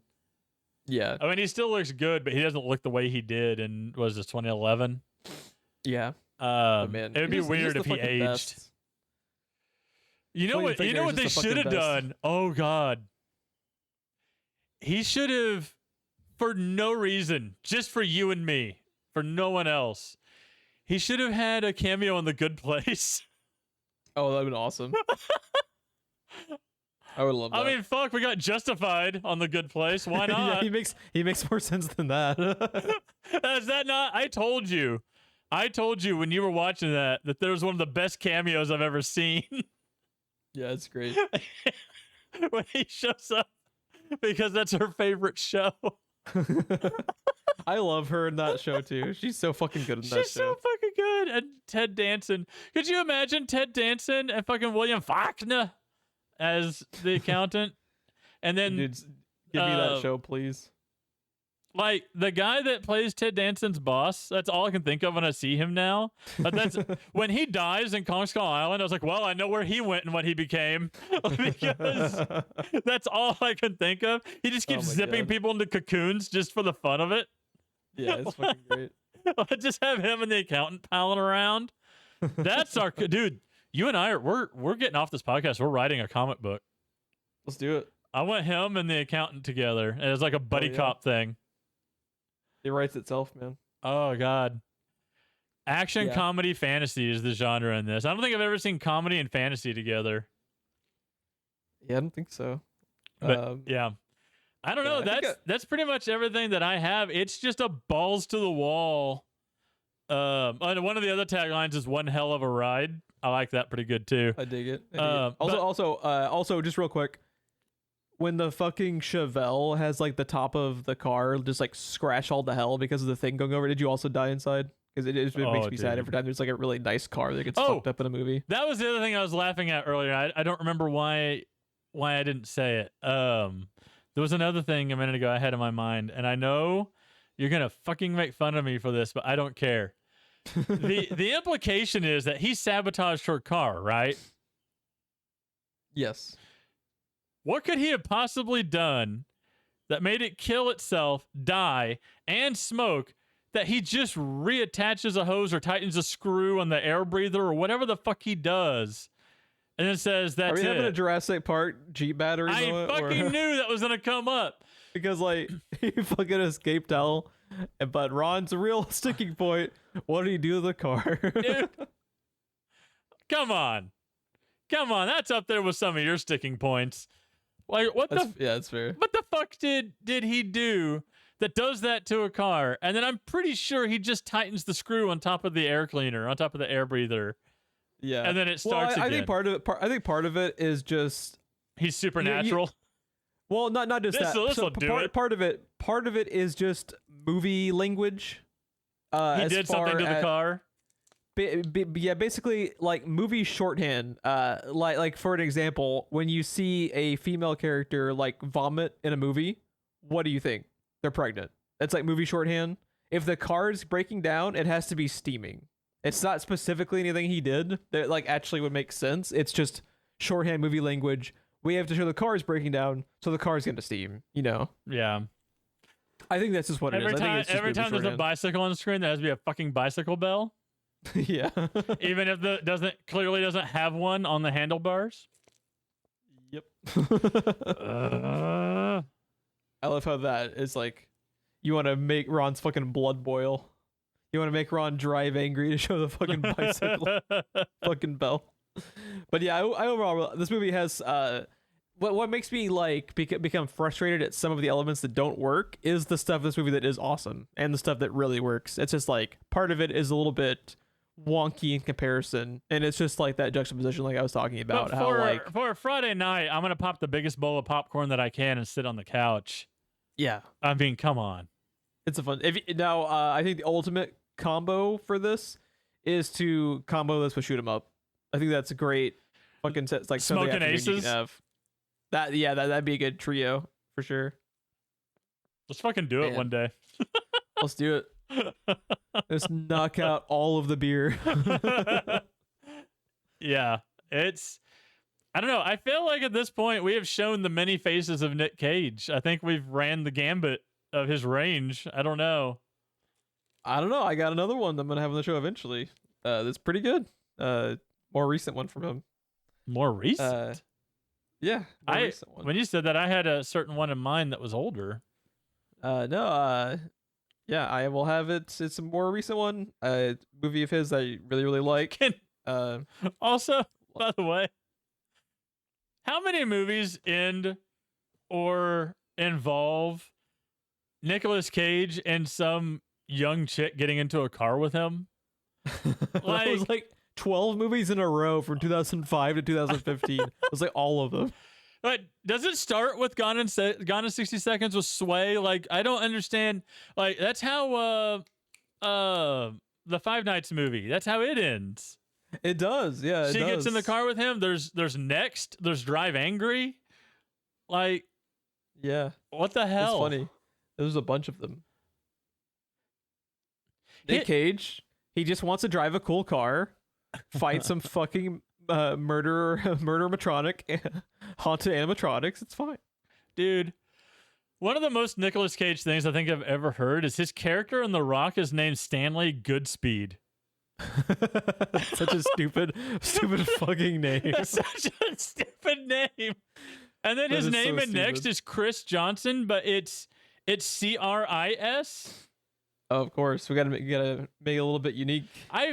My wife's name is Christina, CRIS, but I've never seen a dude's name spelled that way. I have not. Oh, just a quick side note. Something that made me think of to another Nick Cage movie we've covered. Willy's Wonderland is what I was trying to think of.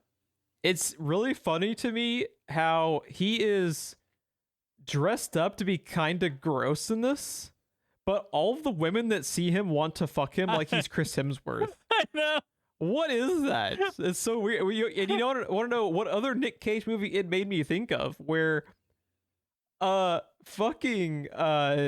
god, what's her name? Angelina Jolie in Gone in 60 Seconds looks like a fucking transporter, like a experiment gone wrong, like the fucking Fly, like I said, like the fucking twin, one of the twins in The Matrix 2. And everyone comments on her in the script like she's the hottest thing that's ever walked the earth. They're just like, y'all realize what they look like in the movie? Like, these lines don't work. Because that's a movie for 14-year-olds, and she's a chick what acts like a dude and is into cars. That's why. She looks like a mutant. I forgot his name was Benjamin Franklin Gates in National Treasure. Oh my god. That's awesome. That one also has a chick, by the way, that gets and in the car with him. his greatest character name is Kick-Ass, Big Daddy. I don't know. Memphis Rains is still pretty good. Memphis Rains is pretty good. Never rains, but it pours. This is like a legit. That could be like the Cameron Poe and Con Air. Castor Cameron Troy and Face Off. There's a name. That's a Hollywood name. He's had some great character names, but yeah, I think that's gonna be the many names of Nick Cage. I think that's going to be a wrap for Drive Angry. A movie I really, really like. A lot of fun. Has some problems. I wish I could fucking delete every bit of 3D action in the movie. It'd make it like a full letter grade higher for me. I fucking hate that shit. And there's so many movies during this time period that are just ruined by that shit. It's like, especially the horror movies from this time period that have, it's like the entire movie is just nonstop 3D horse shit. I'm just like, get the fuck out of here with this nonsense. He has 6 upcoming movies this weekend. One of them is listed as completed. You gotta love like the renaissance of Nick Cage though. Like he's on a bit of a roll lately. Like the movies he's been making, like they've been like Unbearable Weight of Massive Talent has a like a good reputation behind it. He's just got like a nice little like Willy's Wonderland has a big cult following. He's made some like some good stuff lately. The only thing is he drives me nuts in an interview because he talks like he's a true artist and everything he does is in art, but he's real like kind of up his ass about it. And I'm like, is this a character you're doing? Like Bobcat Goldthwait does not talk that way, right? He does not act that way. Jeff Goldblum doesn't actually act that way in real life, but when he's in public, he does. Like, he's a fucking enigma, dude. There's no telling. Could be him. It could be a complete performance. Go listen to him talk about being Dracula on Stephen Colbert, and it's just like, what the fuck are you talking about? You're Dracula in a movie called Renfield. Like, why are you acting like this is fucking Shakespeare? Maybe it is to him. I don't know. I guess it is. That's the only thing that drives me nuts about him. I think that mindset is part of the reason he went through that phase of just saying yes to every movie that was ever like propositioned to him. Is just like, well, he even memes it in The Unbearable Weight of Massive Talent right at the beginning of the movie when he's doing the read for the guy and talking about like the deaths and stuff. He even memes acting that way. Maybe he just enjoys working so much that he views every role as Shakespeare as the role of a lifetime. As the role of a lifetime, because that's the way he talks about Renfield. Because that's the thing. It's like he never phones in any of the movies. Oh God, regardless. Like regardless of what they're about, regardless of what his character is, like he fucking goes for it. And maybe it is because he sees it that way. You know, the only way to know is you would have to basically like have a beer with him while he's shit faced. And I think that's the only time you can get like at the bottom of a swimming pool. At the bottom of a swimming pool. The only place to drink a beer, in my opinion. Yeah. Real quick, just on the record, can I get your feelings on Ghost Rider 1 and 2? Oh God, because I have an asterisk for the first Ghost Rider. I don't hate them. The first one's a little bit weird in its tone because Ghost Rider should be darker as a story and darker as a character, and the first one is like almost like lighthearted MCU style at times, which doesn't really gel with the character. The second one has the tone better because it's more weird and more dark. It also was 2007 and we hadn't figured out superhero movies yet. True. It was almost like a proto MCU tone for it, which does not work for Ghost Rider. The second one really plays up the weirdness of the character and is darker, but is so weird that I Oh couldn't God, fully it get was into 2011 also. Yeah. So well, we had what are three your Nick thoughts Cage on? movies? I don't hate them, but they are bizarre to me that they exist the way they do. What did you end up thinking about them? I love both movies. Oh my God. Hang on. I just looked up Nicolas Cage. In 2011, Season of the Witch, Drive Angry, Seeking Justice, Trespass, and Ghost Rider was all Nicolas Cage in 2011. Surprised he didn't have more. Holy fuck. Anyways, I love both of them. I always thought the second one was better than the first one. I would agree. But then here's the asterisk. I went to my parents' house. I've told you this before, but I've never talked about it on the podcast. I went to my parents' house one day, and this was kids. It used to be when you subscribed to Netflix, you got this thing in the mail called the DVD. What? No, you didn't. And that's some bullshit. That's how long ago this was. I went over there, and they were watching Ghost Rider. They had got it from Netflix, and they were watching it. And I was like, yeah, but like there's problems that I have with the movie. You know, I was like, I like this movie. I really do. But there's a lot of shit in it that doesn't make sense. And then something happened that I was like, that's weird. I don't remember that part. And then the movie keeps going. And like, do you remember how the police just show up because they have his license plate? I last saw the movie like 20 years ago. I remember nothing about it. There's a part where the police literally go from, I don't know what is happening or what to make of any of this, to arresting Johnny Blaze in the next scene because they have his license plate. And I was like, how? Why? What? I get he's a spirit of vengeance, okay, but like this goes back to the Jurassic Park thing you brought up a little bit, but at the same time, you have to have a little bit of a through line in your script. So how did we go from I'm a cop and just got here and I'm not even supposed to be here today to we've got your number, Johnny Blaze? And when I was at my parents' house, all of a sudden there was another scene where you watch the director's cut, a license plate falls off of his motorcycle and they pick up his license plate from when it fell off his motorcycle. And I was like, what the fuck are we watching? That was not in the movie. And I pick up the envelope and it is the director's cut and it's literally 20 minutes longer. And it's all shit like that. It's little scenes that are a couple of minutes here and there. It's not like a whole fight scene was cut out of 20-minute fight scene. It's here's another 30 seconds. Here's another 2 minutes. This part's 45 more seconds. All the scenes are just a little bit longer.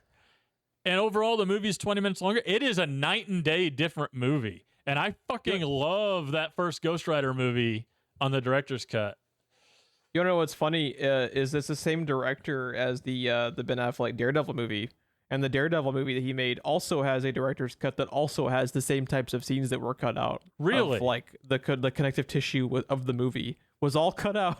Okay. And is only present on the director's cut. There's a scene with fucking antagonist Joe, whatever his name was. Antagonist Joe. Oh yeah, I don't like the villain of the first Ghost Rider movie. Legion to me. Legion? I don't remember. Anyways, there is an entire scene where he has a meeting with them and they develop their evil plan together. I think I've actually seen I think I actually have seen the director's cut of Ghost Rider because these things are ringing a bell. The part that was in theaters was he shows up and says, "You're working for me now," and then one by one they go after Ghost Rider. But there is a fucking scene that is cut out that's in the director's cut where he literally says, "You're working for me now." They say no, and he kicks them into the fucking ground. And they're like, "Okay, you win." And they start doing what he says. And that's probably the longest scene of the movie that was cut out. It's probably like a 4 or 5 minute scene where he fights them almost. And it's just like, this movie is so much better. Isn't it wild? Like the studios and like their whole thing to make those superhero movies, like get rid of all the connective tissue that makes the movie make sense and take it the fuck out of the edit. It's like people aren't gonna care how they get from point A to point B. It's like they were told, no, it has to be 90 minutes. It has to. How long was? Let me see. I'm looking at it right here. First one was an hour and 50 minutes. No, it's an hour and 36. Right? No, is that the second one? Hang on. The first one's listed as an hour and 50 on IMDb, but I don't know if that's considering like or taking into account the credits and stuff. I think I'm looking at the wrong one. Hang on. I forget what the title of each one of them was. Oh, the first one's just Ghost Rider.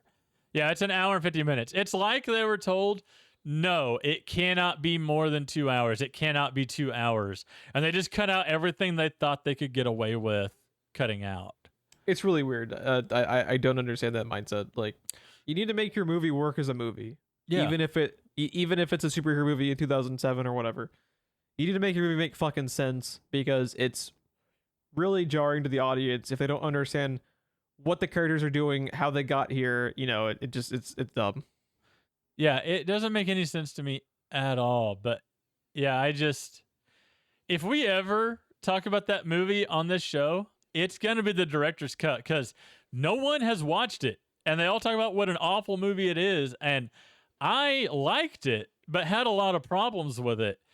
And I fucking love that director's cut. It is so different. Anyway, I just wanted to throw that out there. I was curious because I feel like a lot of the problems with that movie are fairly similar to some issues that we had in this movie. Yeah. And it's a very similar movie. Surprise, surprise, yeah. Breaking out of hell and going on a revenge streak. Because Ghost Rider is such an interesting character. I love Ghost Rider from the comics, and that was a disconnect to me as well. Watching it, even though like I said, I don't love them. I don't hate them. They're kind of mid for me. But I did like how just balls to the wall weird the sequel is. The sequel is fucking bonkers. You said you like Ghost Rider from the comics, and the only thing that popped into my head is there's a part of the Immortal Hulk where the Avengers show up to take down the Hulk, and Blade and Ghost Rider are with them.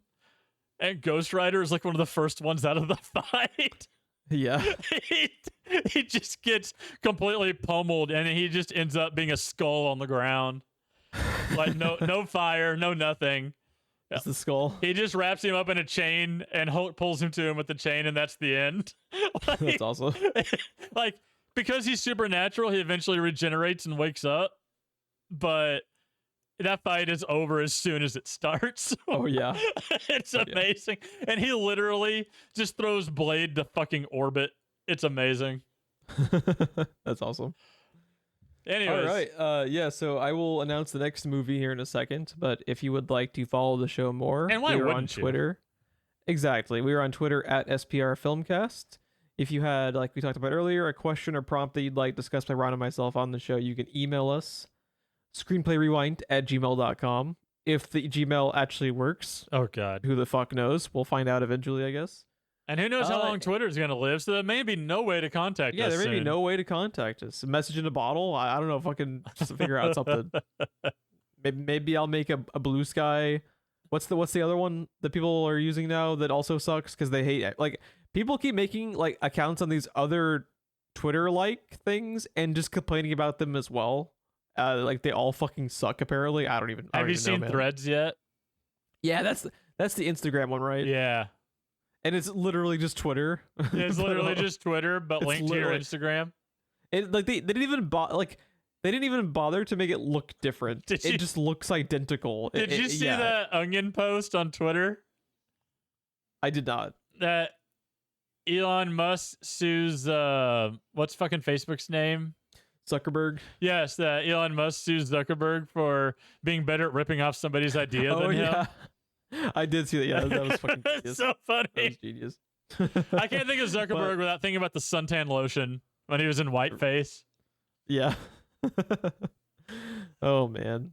Oh, God. Where was it? Oh, if you found us on whichever platform, ratings and reviews are always hugely helpful. If you found us on YouTube, like and subscribe, please. I just thought of something.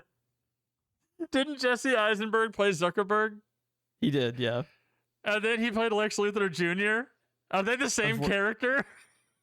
Oh no, he's awesome in that movie as in The Social Network. No. But are they the same character? Do you think Zuckerberg's going around putting Jolly Ranchers in people's mouths? If that's like the real life Zuckerberg. Do you think he wasn't Lex Luthor Jr.? Do you think he was Zuckerberg? And then someone's like, "You can't do this. He's gonna sue us. You have to change the name." And like, well, we can't make him Lex Luthor. We're too deep. All right, fine. He's Lex Luthor Jr. You know what's fucked up is when he's playing Zuckerberg, he's like an awesome Lex Luthor in The Social Network. He's awesome. He's like chilling. He's a fucking sociopathic monster. And when he's playing Lex Luthor Jr., he's a fucking cartoon, and it's so terrible. I feel like now I can't not see Zuckerberg just walking around Meta HQ with jars of piss in his office and Jolly Ranchers laying around. Where like what they bought a King Rat wear like a Candy Crush shirt. Yeah. He's just sitting there with like 4 Jolly Ranchers in his mouth, just like, oh, yeah. I've got an idea. Let's call it Threads. That's just Twitter, but we'll call it Threads. Control C, Control V, done. I'm gonna have a Jolly Rancher. Call it a day. Yeah. I need to piss. Christ. Someone get me a mason jar. Oh my god. Oh Lord. You don't want to work for Facebook, man. It's terrifying. people get blown up in fucking courthouses constantly. Oh god. Oh god. Okay, let's get the fuck out of here, dude. He has his own private bathroom in his office, but it's just a pantry full of jars. Oh my god. I'm loving this. I mean, there's a whole okay. When we get off this podcast, we need to outline a comic book, and then we need to outline a script for a movie because I've got 2 ideas. I think we've already done both. I think we're ready to proceed. This has been a productive podcast. This has been a good one. It is. I've completely lost my train of thought on what we were plugging. Yeah, ratings and reviews, questions. Yeah, like and subscribe on YouTube. Thank you for those 5 stars, and we didn't point them out. I'm sorry I missed it. Yeah. Oh yeah. That's my job.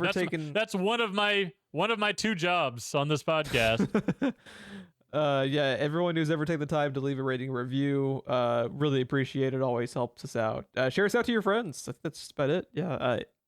And before I announce the next movie, anything else, Ron? I think I've covered all my bases. I think we've covered more than that. I think we've exceeded our fucking quota for today. You know what we were talking about? We had like a whole fucking rant about Hollywood removing the connective tissue and making the scenes not work, and we made our own fucking podcast not work. It's just a series of fucking non sequiturs.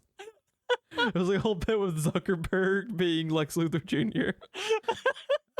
Oh my god. You remember when the whole internet was presenting evidence after evidence that he's actually a robot? Oh god. Yeah. So good. Fucking Zuckerberg. Man. Fuckerberg. But yeah, our next movie, I had considered doing the Nick Cage movie that I'd been thrown around, but I think I'll wait a little bit because this is a movie I've been wanting to have on the show to give me an excuse to finally fucking watch it, because I'm partially using the podcast to knock out movies that I've been wanting to fucking watch on your own watch list. I've just never fucking gotten around to watching it. Ron, have you heard of The Night House? The Night House? Have you heard of The Night House? Is it a follow-up to The Lighthouse? It is not, but it seems like it should be. Do you remember a little movie called The Ritual that you had on the show that you and I both really, really love? Yeah. This is the next directorial effort from David Bruckner, who directed The Ritual. I think you mentioned this in that episode. You said he had another one that you were looking forward to. Yeah, I have never fucking gotten around to watching it. Because they were still making it, I think, at the time. Yeah, it is out. It is called The Night House. It has gotten really, really great reviews. It's got a fucking cool poster. People really dig it. I fucking love David Bruckner. It will be the 3rd thing we've had from him because he directed one of the segments of Southbound. David Bruckner. That's true. He directed the car accident one where the guy runs over the lady. Oh, dude, that was one of our favorites. Yeah, that's one of the best ones. Yeah, that's David Bruckner. I fucking love David Bruckner. I am ashamed I'm just now getting around to fucking watching The Night House because I've been wanting to watch it for fucking ever. When did it come But out? yeah, let's cover it, dude. Let's fucking cover it. I want to watch it.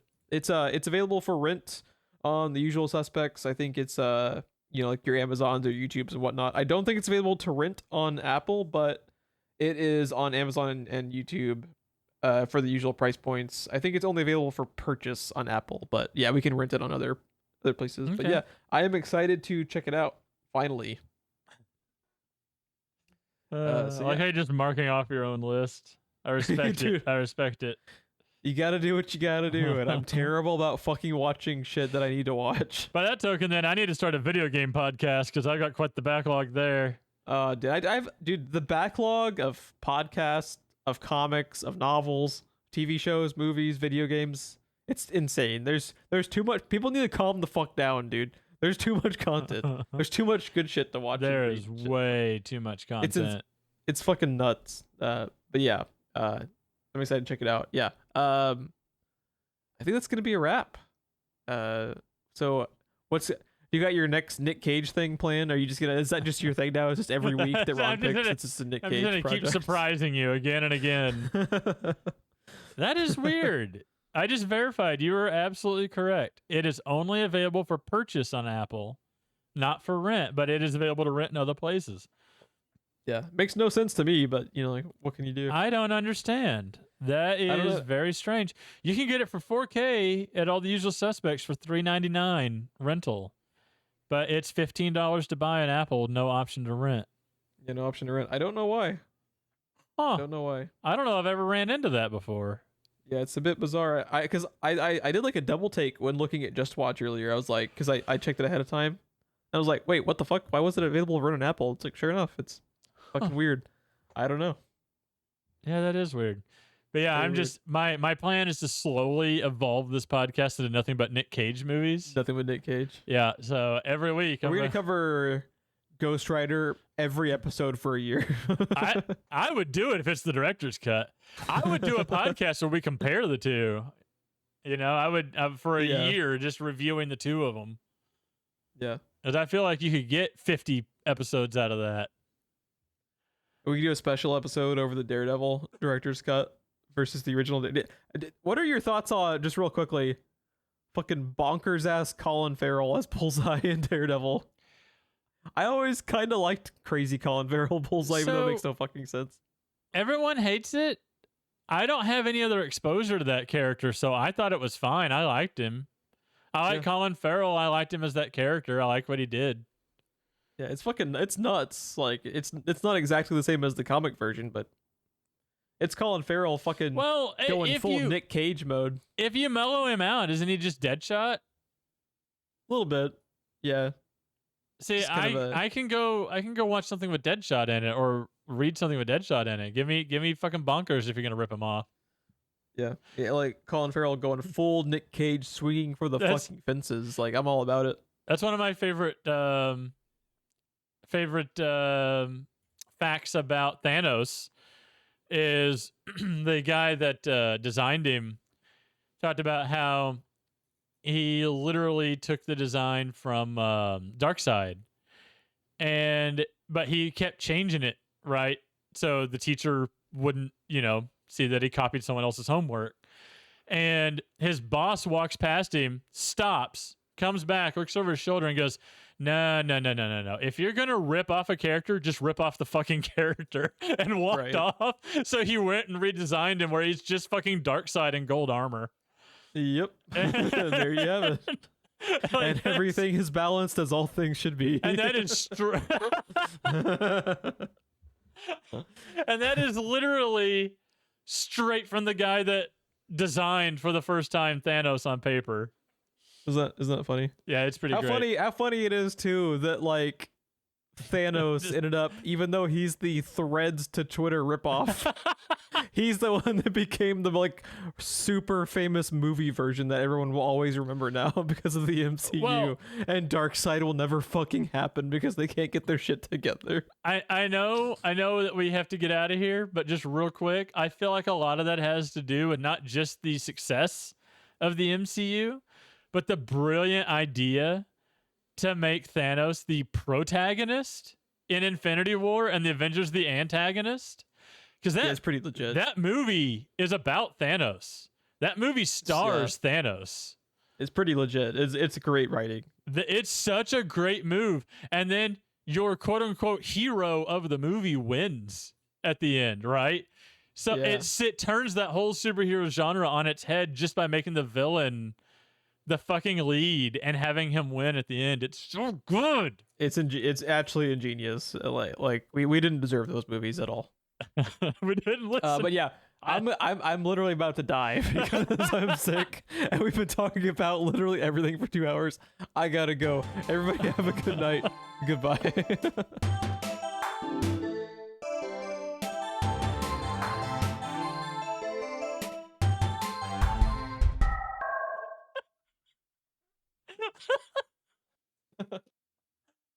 Oh, what a good time. That was a Nick Cage caliber podcast. Dude, I'm so tired and loopy, and then you're sick. So that episode may have been one of our most bonkers yet. Yeah, it really was. There was a Zuckerberg segment with Jolly Ranchers. It's fine.